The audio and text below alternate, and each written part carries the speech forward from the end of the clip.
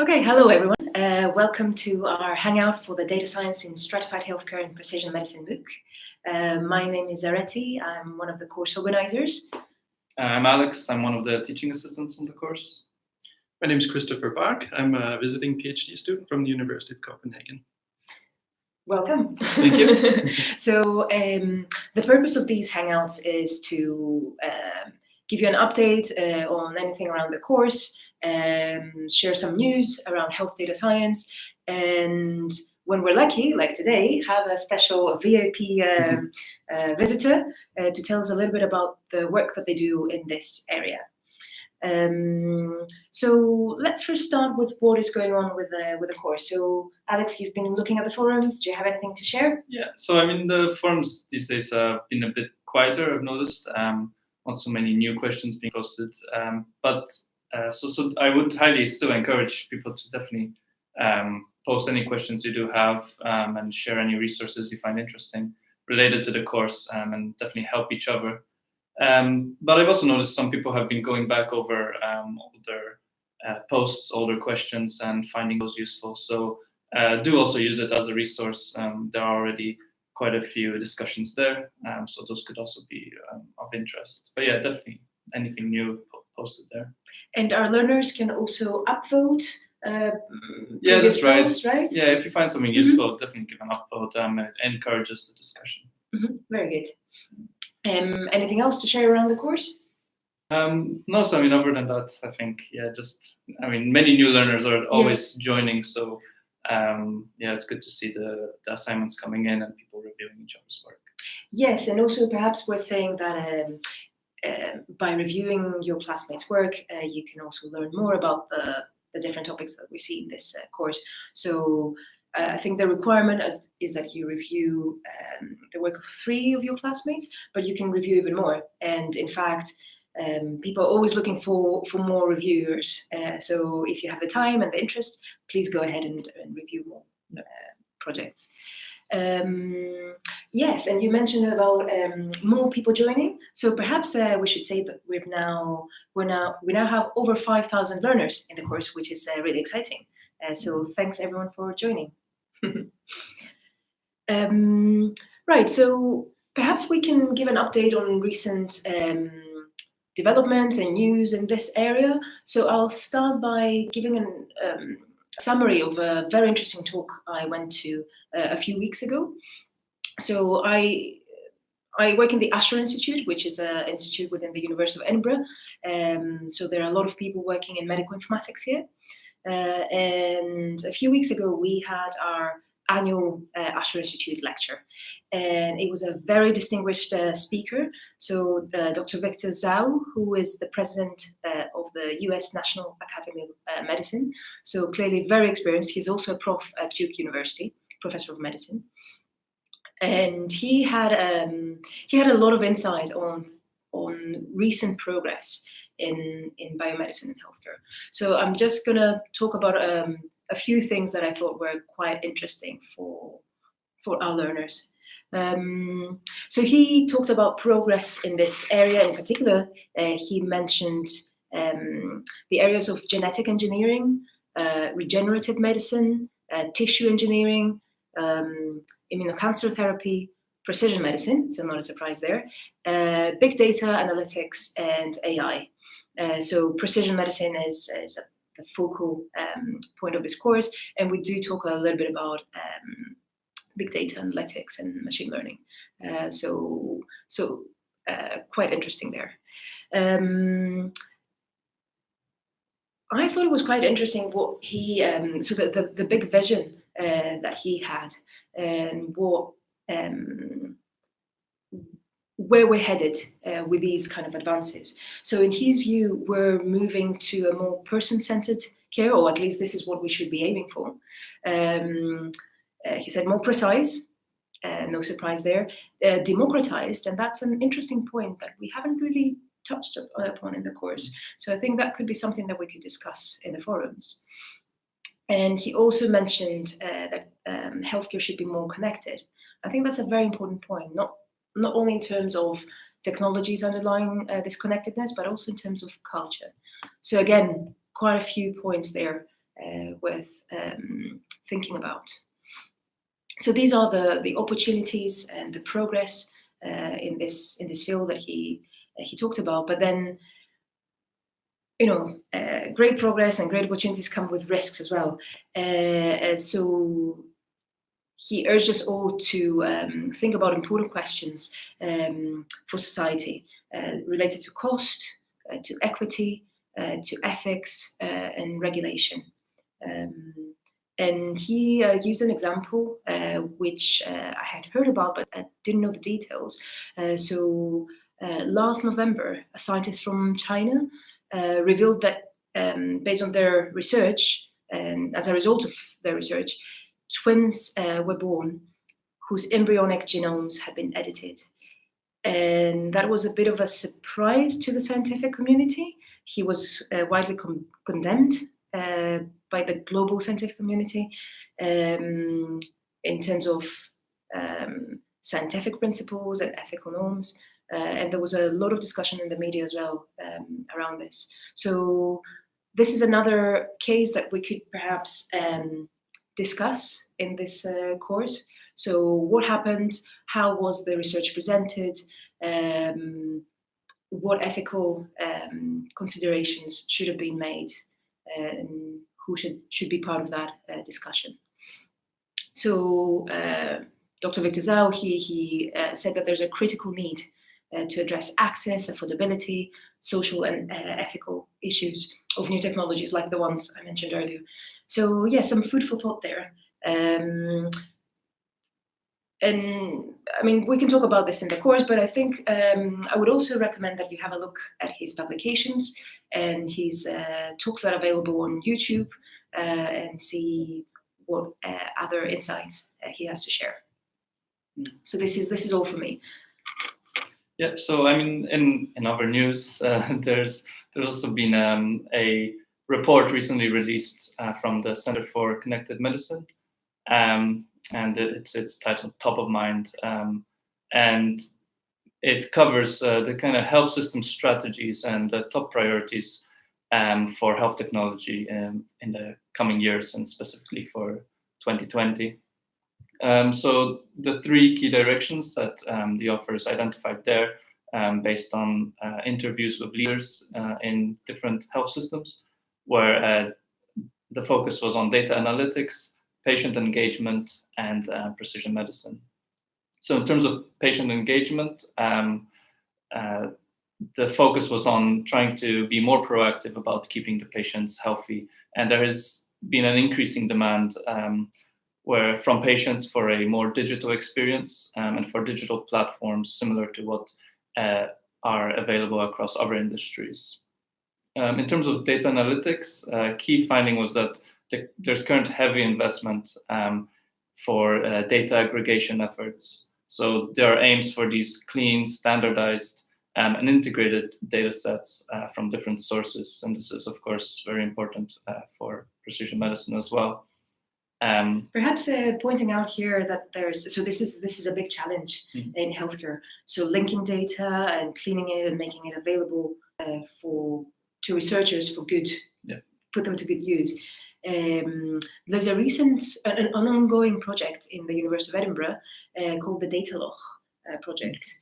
So the idea is exactly that, basically. So bring different data sets across health and social care in the city of Edinburgh and the wider region, clean it and make it available with informative and meaningful metadata, so information about the data sets, because for researchers it's actually quite hard to navigate.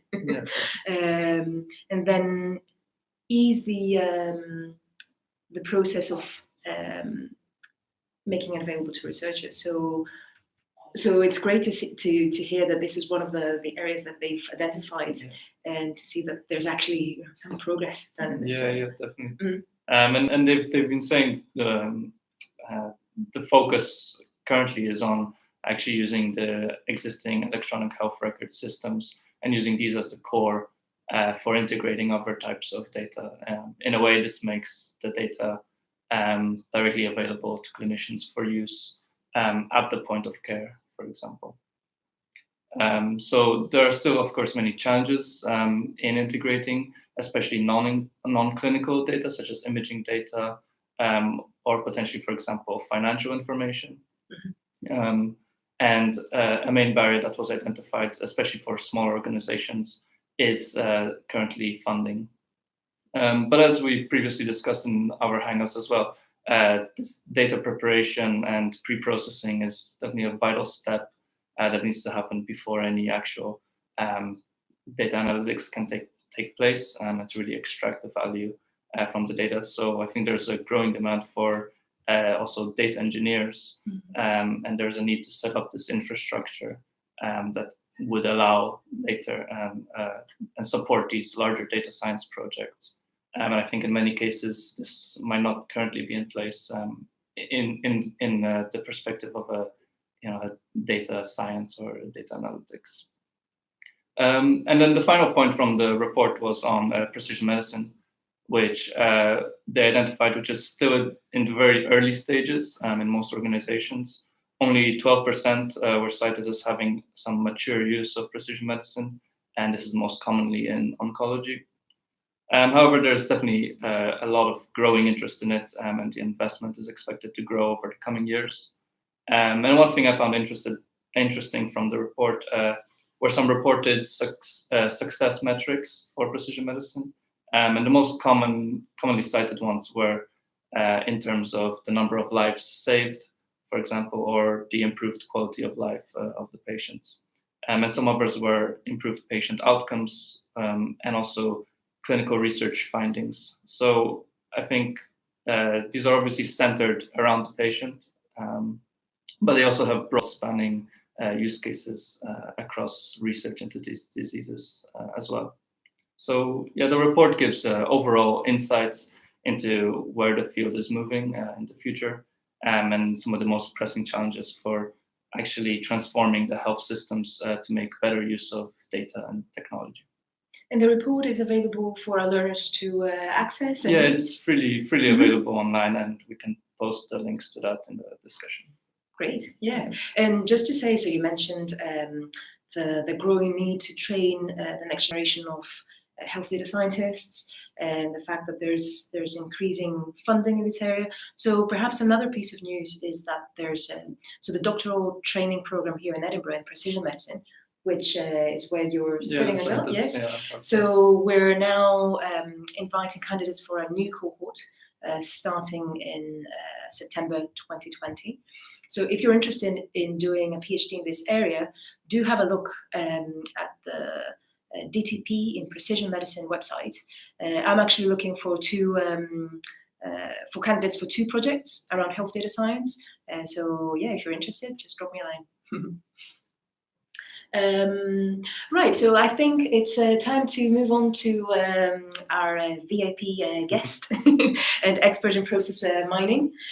So Christoffer, perhaps it's worth telling you a little bit about the kind of things that our learners look at in this course. So basically, they learn about different ways of modeling data and how you can make good use of data to understand disease and to improve care for patients. So one of the topics that we look at is process modeling.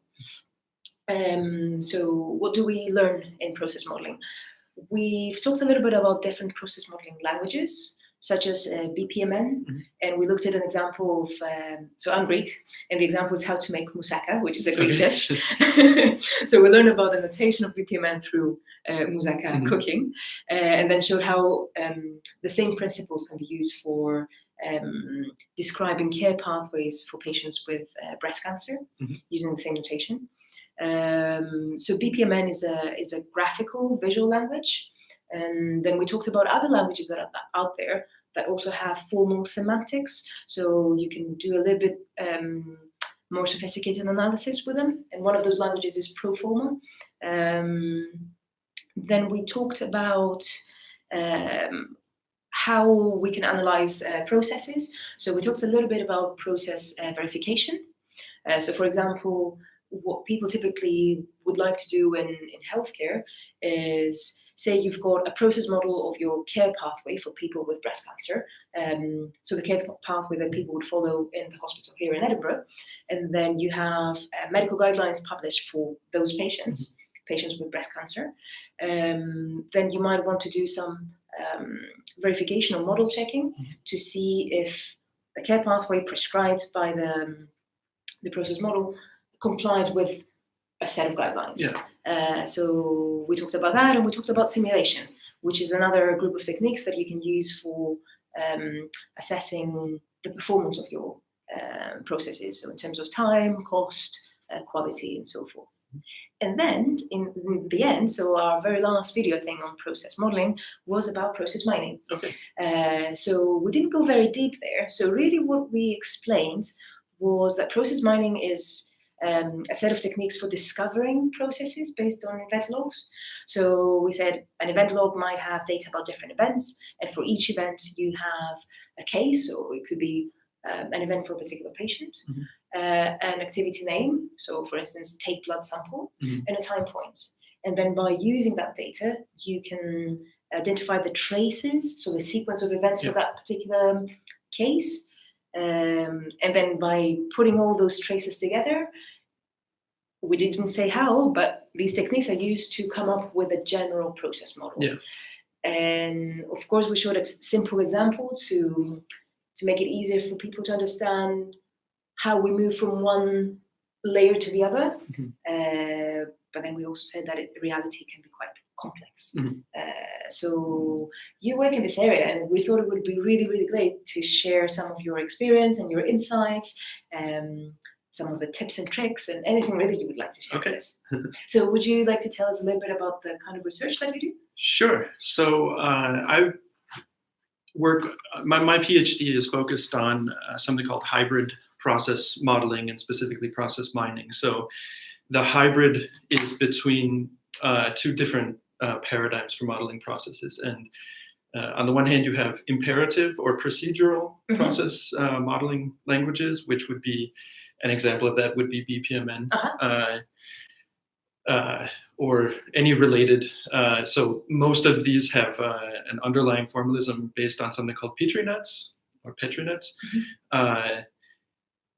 And on the other hand, you have what are called declarative process modeling languages. And I think what you described before actually illustrates this, this distinction quite well. So if you have something like a BPMN process, and you want to verify that it satisfies certain properties, those properties are declarative, so to speak.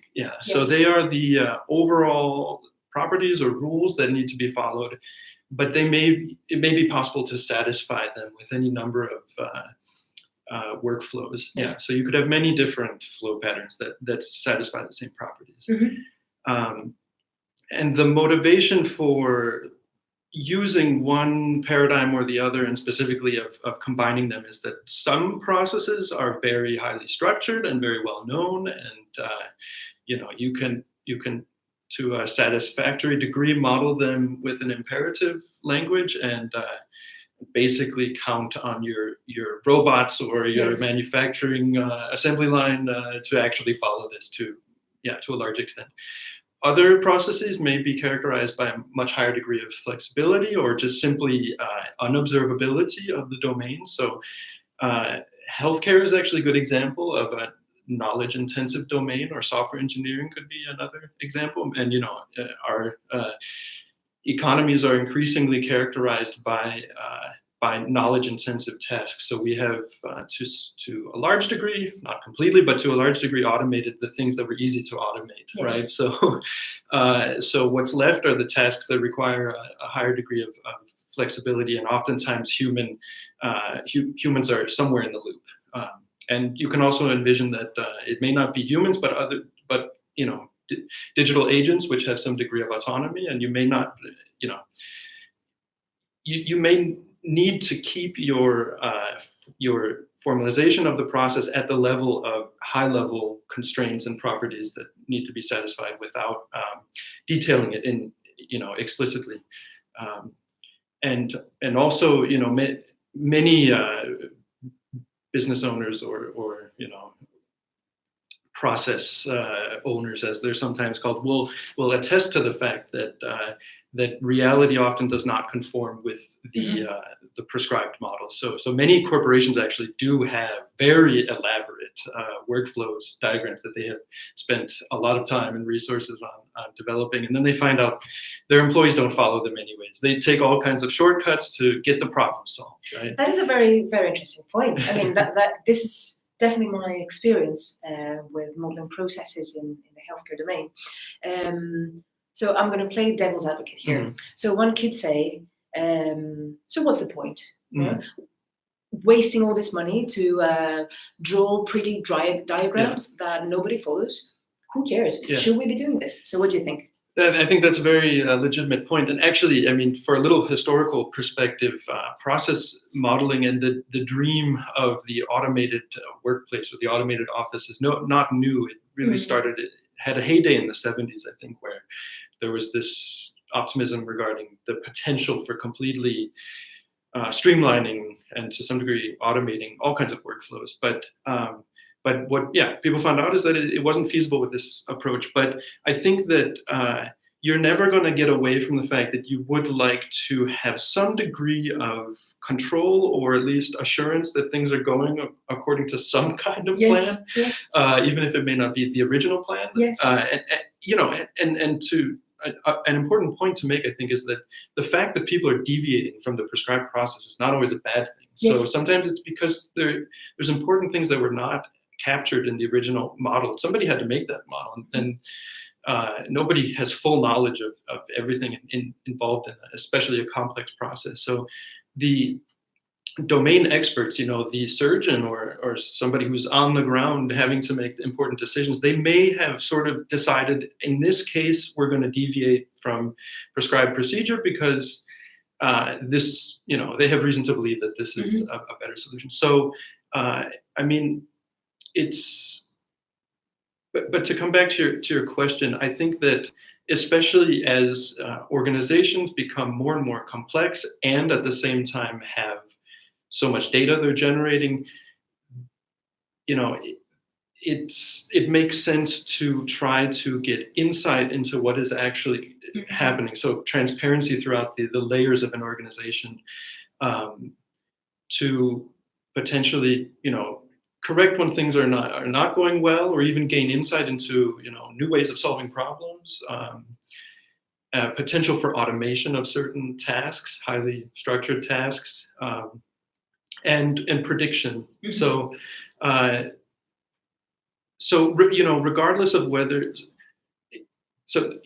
in all aspects of modern society, we're starting to see that we can predict things to a certain degree of certainty, and we can use that to optimize all kinds of tasks.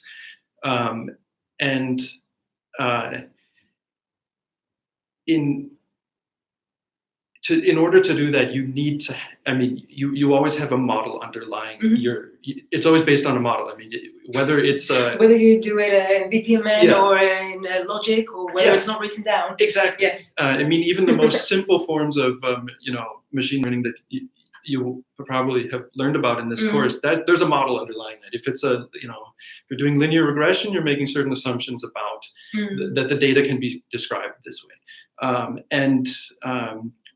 So in process mining, you may be anywhere on the spectrum from knowing nothing about your process to having a fully described process model, or anywhere in between, where maybe you know about certain aspects of your process, but you don't know in detail how your employees actually solve the tasks or whatever. But ideally, the end goal, and we're starting to kind of get there, is to be able to have to log into your your CEO dashboard, or whatever, your administrator dashboard for your huge global organization, and get an overview of how things are running right now. So we have, things are running smoothly, or we have a delivery here that's at a risk of being delayed because our supplier did not, deliver our materials in time, or whatever it could be. And you're using an example from business and supply chains, but actually the same principle applies to healthcare. Yeah. Because you might be a hospital manager and you want to know how are our patients flowing Yeah. throughout the hospital. Yeah. So can we anticipate any delays? And how can we support better care for those patients? Exactly. So that kind of dovetails into the work we've done. Yes, yes. So perhaps, I don't remember if we said, so I think you did say that you're doing your PhD in Copenhagen. Yeah. But Christoffer has been visiting the University of Edinburgh for a few months. We've been working together. So we've been looking at health process models, right? Yeah. So would you like to tell us a little bit about that project? Sure. So we've specifically been looking at patient flows through the surgical ward at the Royal Edinburgh Infirmary, and basically from when the patient gets called for to enter the ward until they enter the department, and then they enter the anesthetic room, and then the operating room, and then eventually the recovery room. We have an event log detailing that, the timestamps and the other data regarding the main surgeon and the main anesthetist and the procedure being done, the condition of the patient.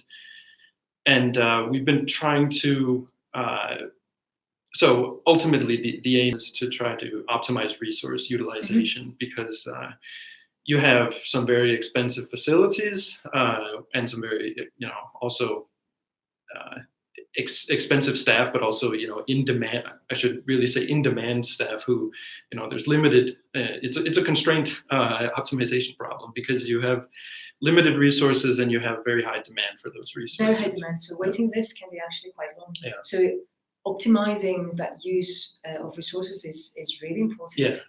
So if we can get another patient to have an operation one day earlier, that could save someone's life. Yeah, exactly.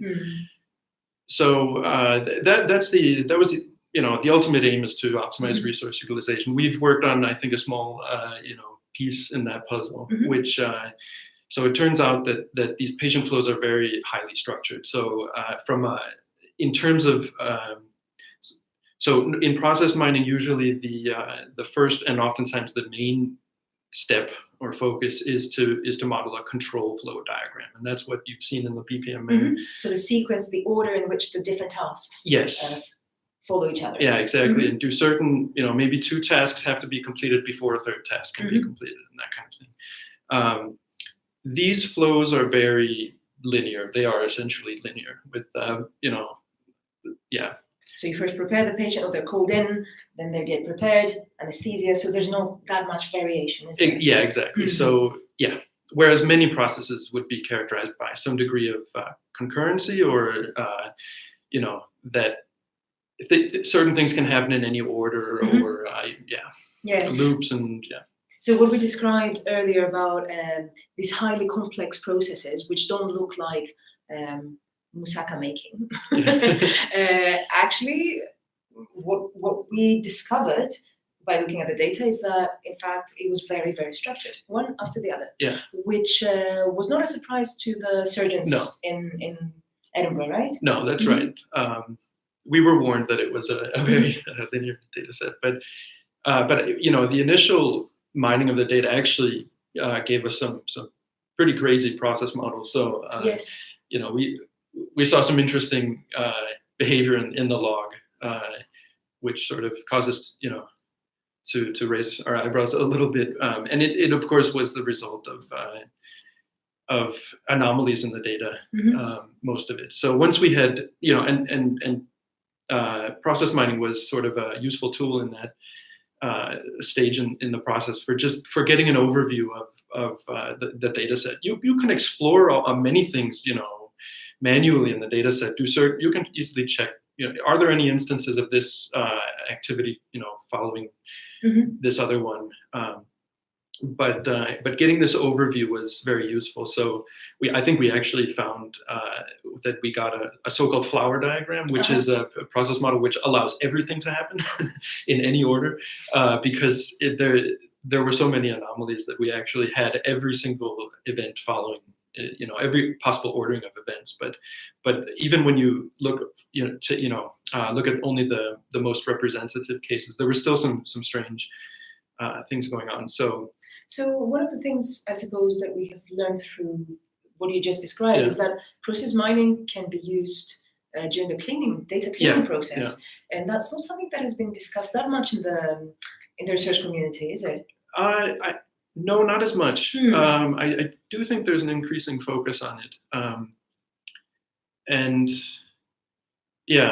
I think it's a key part of the process because your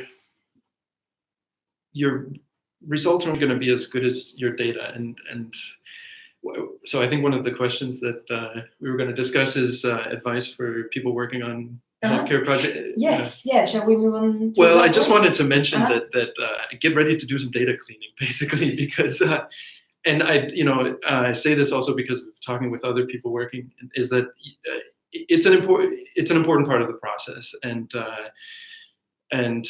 you can't necessarily take your data at face value all the time. Yes, absolutely. This is actually something that I think we do point out in week 1 when we talk about the data science process. Whenever you have a project, whether you work with real world data, cleaning is key, and it takes a lot of time. It takes a lot of effort. Was that your experience as well? Yeah, it was certainly time consuming, more than I had anticipated, I suppose. But it's also, in a way, it's not completely disjoint from the modeling process, because you may try to find a model and think, oh, that doesn't look right. I expect the model to certainly not have this behavior. Can I? Then you can, in a way, use your model to do anomaly detection, right? And to try to. So it's an iterative process. So you clean the data, you explore it, and then you think, oh, maybe let's go back. So that's exactly what we discuss in the course. That's great. And I would just note that after sort of this process of looking at the control flow of the process and doing a lot of cleaning, we moved into doing a little more detailed modeling of individual patient flows and the actual timing of events, and trying to build a predictive model of that. And why do you think that is important to do? Because at the end of the day, you have a number of operating theaters or operating rooms which are scheduled for a certain amount of time for a patient, and if that patient takes longer than expected, it can have a cascading effect on the rest of the scheduled cases. On the other hand, if they finish early, maybe you could have fit someone else in, and it's very tricky because you have incoming emergency patients which are not planned, and they have certain different priorities of, some people have to be treated immediately, some within 6 hours and 24 hours. So I mean, somebody is making a plan, and it may also be automated to some degree, but that plan is based on expected durations of different procedures, and the more accurate we can be in actually, and the more data oriented we are in making these predictions, hopefully the more accurate our procedures will be, and at the end of the day, maybe we can fit one more patient in that day, or and have less downtime. Absolutely. So perhaps we can move on to what you briefly mentioned earlier. So this was the first health-related project that you had a go at? Yes. So you've been mostly working. So your background is in computer science, correct? So I think we have quite a few learners that have a technical background, so work in engineering or computer science, data science, and they want to learn about how these data science techniques can be applied to biomedicine and healthcare. And it's a whole new world in a way. So I was wondering, since you've been through that process of working in a new area, new domain, if there are any stories that you'd like to share, any tips? I mean, one of the main things that stands out is that the real world is messy, and real world data is messy. We're oftentimes taught about, especially, I'm thinking especially of machine learning, where you learn about things in terms of well-defined vectors and so on that have sort of been presented to you in a ready-made format, I suppose. Somebody had to transform the data into that. I mean, if it's image processing, sure, you have pixels with values and so on, but that going from raw data to something that you can apply the higher level techniques is a crucial step in the process. And so in this case, we had actually a relatively well-formed data set, I would say. I mean, even though there was some anomalies, it was an event log. And that might seem like a banal statement, but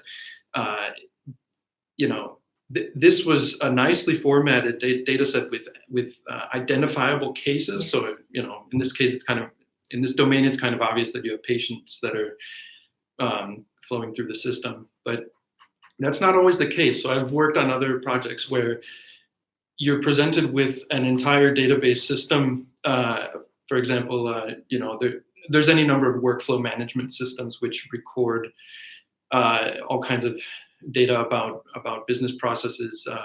One of the most well-known is SAP, which is this sort of many big corporations use this to streamline their processes and to some degree automate their processes. But I mean, data in these systems is just in the form of tables in a database that record changes to documents, like okay, an invoice was created, a value in that invoice was later changed, or a receipt of goods document was created, and getting from that to what we would consider an event log is actually quite challenging. So just to say that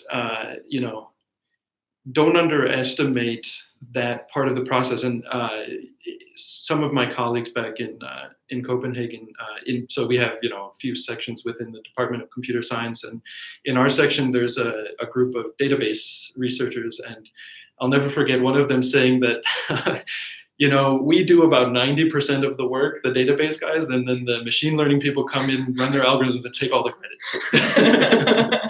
And I think it was it was meant in good humor, but there's a lot of work there, and important decisions are being made, and from how you choose to represent your data, how you may choose to transform your data is crucial. That's a part of the data mining or machine learning process too. Yes. So. Yeah. And so since you live in Denmark normally, and you're probably familiar with the healthcare system there. So I think in this course, because we're based in the UK, we talk more about the NHS and the UK version of things. So for me, it's always interesting to hear what the health system is like in other countries, and whether data-driven innovation is as important as it is considered to be here. Yeah. So the Danish healthcare system is a mixed healthcare system, but it's primarily public, tax-funded and public-run. But there's also private clinics and insurance sector as well. So Denmark has a long history of having very good records regarding its citizens, actually going back to I think the early 1800s, maybe even before, through church records. So it's long been sort of a researcher's heaven in a way, because you have very long term data and very thorough data, and this is certainly true nowadays. So there's a big push towards digitalization, as we say in Denmark, in general in society, but certainly within the healthcare sector. And there was, I think, about 10 years ago, I believe. So I should say this is not necessarily my area of expertise, but I believe about 10 years ago, there was a new system put in place that was supposed to completely streamline most workflows in the entire public healthcare system, called the Health Platform in Danish. it's actually, it's had mixed results. I think it's fair to say. I think most people would acknowledge that, and many practitioners on the ground, many GPs and surgeons have been frustrated with it because it hasn't always worked as planned, and highly trained specialists have had to spend too much time doing essentially I guess secretarial work, or sort of data entry. Yeah, data entry basically. Yeah. But the push continues to streamline operations and to make sure that data, that we're recording as much useful data as possible. Electronic health records are there's a big push for that. I believe they're able to share basically everything within at least the public sector, and probably also within the private sector. I know that it was a little bit controversial. They had to pass a law that permitted some of this sharing. So there's definitely a push for it. I would also mention that I do have some colleagues working specifically in this field, and one thing they've been looking at is predicting heart attacks, cardiac arrest, from, I believe they get sensor input from pacemakers and other devices. But also, I thought I saw some work on people's smartphone activity, so whether or not they're kind of getting up in the middle of the night, and they were using this to predict the likelihood of a cardiac event within the next 72 hours. This was for a group of people who obviously had consented to this and who were had previous instances of cardiac. Wow, sounds very interesting. Yeah. Yes. So I think this is actually one of the things that we've tried to highlight in the course, that there are all sorts of data that can provide some meaningful input for health improvement. So this is one of those examples, I suppose. Amazing. Great. I don't know, Alex, is there anything that you'd like to ask? No, I mean, it's all very interesting. It's not stuff I've really thought about much before. Anything else you would like to say before we go? I don't know. I think that's probably it. Yeah, I think we've covered more or less everything. Very good. Well, thank you so much for joining us. It's really good to hear from experts, to hear about recent advances, the state of the art, personal stories. So yes, thank you so much for joining us. No problem. And thank you, Alex, for being here. Thank you. Have a Merry Christmas, everyone. Hope you have a good break, if you do. And see you in the new year. Yeah. See you in the forums. Bye. Bye.